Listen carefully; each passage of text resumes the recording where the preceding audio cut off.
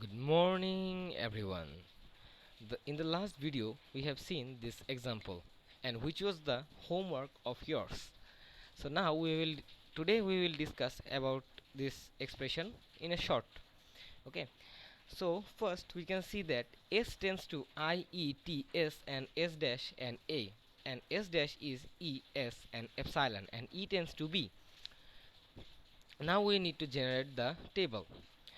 So first for S, in this S section we have seen that in the last we have A, so A would be always in this table, and the first element was I, so the first of S is I and A.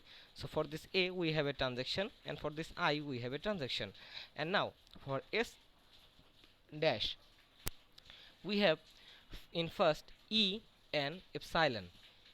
In E we have expressions and then epsilon, and but we cannot have a epsilon in this table, so instead of epsilon we use the dollar symbol. So this is the second transaction, and for E tends to B, here is one transaction for B, which is E tends to B.